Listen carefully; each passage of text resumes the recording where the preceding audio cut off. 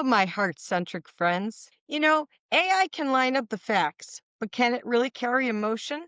When words look right but feel flat, there's your signal that something is amiss. This illusion is most visible in some of the tenderest moments in our lives. Condolence notes, sympathy cards, even obituaries, where the words may connect, but the heart is absent. Hi, I'm Cherise, and I'm from Heart Centric AI. And my goal today is to talk to you about how emotions and AI work. Now, sometimes they don't work in ways that you expect because AI is not emotional.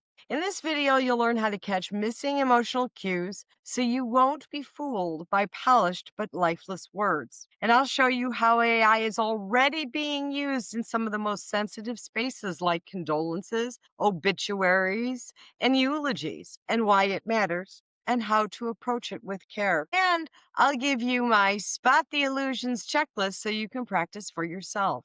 Confidence comes not only from what is written, but from what's not there. Using AI in emotionally charged moments isn't automatically wrong, and sometimes we need the scaffolding and support when words are hard to find, especially in some of the most heart rendering areas of our lives. But here's the heart centric principle: AI can provide a draft, it can help you clarify some of your feelings, but it will never replace your voice. Humanity and your heart must stay central. People really are using AI to write condolences, obituaries, eulogies. I was surprised when I started to research this because personally, I've been writing eulogies, condolences, sympathy cards for well on 50 years. And for me personally, writing a eulogy for a loved one or a friend has been a way for me to process some of my grief.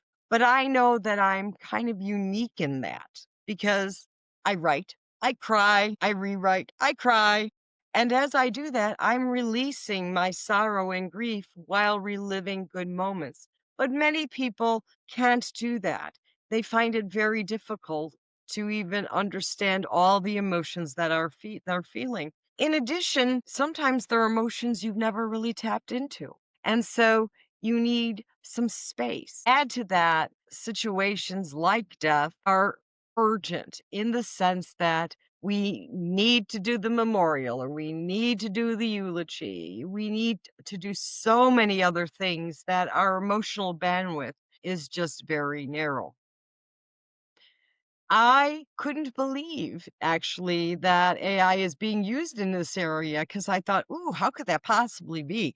But I did discover that there are platforms like Passar and Celebrate Ali to help draft obituaries that's based in the Washington Post. Companies like Here For You and Stamped with Love market themselves as sympathy messenger generators. The blog After Talk tested Google's Bard for condolence notes, warning that they should only be used as a starting point. And major outlets like The Atlantic and The Guardian have reported backlash when people realized or discovered that an AI was used to create a condolence that felt canned, less authentic, and could even be hurtful. So, using AI as an idea generator for these situations can be useful, but you can't use it as a crutch because it actually eliminates the real heartfelt sentiment that needs to be used. And when AI gives you things, you can tell.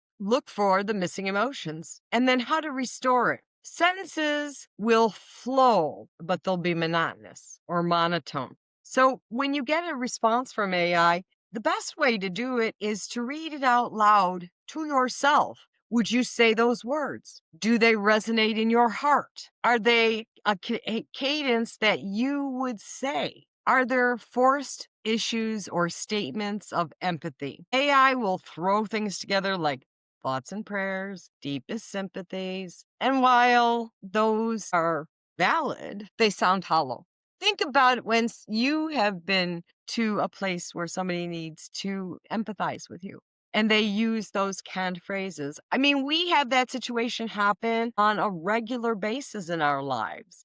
And we've gotten kind of used to as people to hear the words and kind of blow it off. Do you really feel that you have been heard, especially in those moments of sorrow. While the words might be correct, they could be very sterile. Ask someone, would this truly comfort another in pain? Would this really bring forth your sense of empathy with them? Or is it just a checkbox in your mind that, well, I did it. I gave my condolences. I said what I needed to say, but it really didn't land. If it's too formal, especially in a more casual setting, then maybe it needs to be softened. And that's only by you. Something like our sincerest regrets for your whatever situation feels so robotic.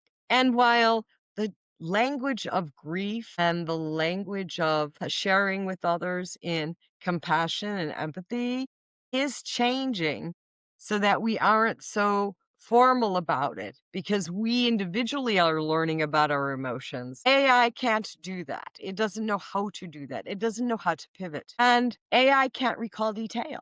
I mean, I'll remember as a friend something very specific about your loved one. And I can recall that and I can share that and we can laugh about it, smile about it, kind of think ruefully about whatever it was. For example, if someone just came to my mother's memorial and said, well, she was a good woman and she did these good things and all of that. And that's all certainly true. But the people who made an impression on me were the people who said, I remember when your mom went out on the basketball court and danced with the dragon mascot. That's a memory that AI can't give you and you can't replace. So while AI can give you an outline of things like it can prompt you for, well, do you have a memory? Do you have a certain anecdote that you want to share? It's not going to actually write those things for you, but it can prompt you to remember to bring those things up in a conversation. Take an AI condolence draft. And what I mean by that is go in AI and explain your situation. My best friend's mom passed away and after a long illness. And I really want to give her some words of encouragement and be there for her. How might I say that? Are there things I should think about? And let AI produce for you a list, a checklist. You can still write the actual words or think of the actual situation. You don't have to use AI as a crutch, but as support for you.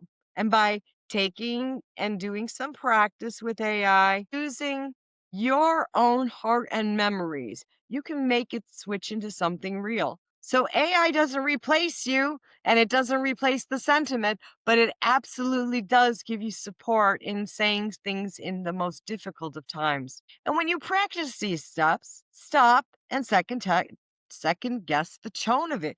You'll know exactly why something feels off to you and how to layer it back with your heart. If you say it out loud, I can almost guarantee that you're going to catch the things that don't make sense to you. AI can give you structure, but it can't make your words come alive. So I'd suggest you download the Spot the Illusions checklist where I have a little section about emotion and try it on for an AI condolence or obituary. Notice what's missing. Then add your memory, your detail, your compassion. And then that's how you can stay clear eyed, heart focused, confident, even in the most sensitive situations in your life. Have a great day. Thanks so much for watching.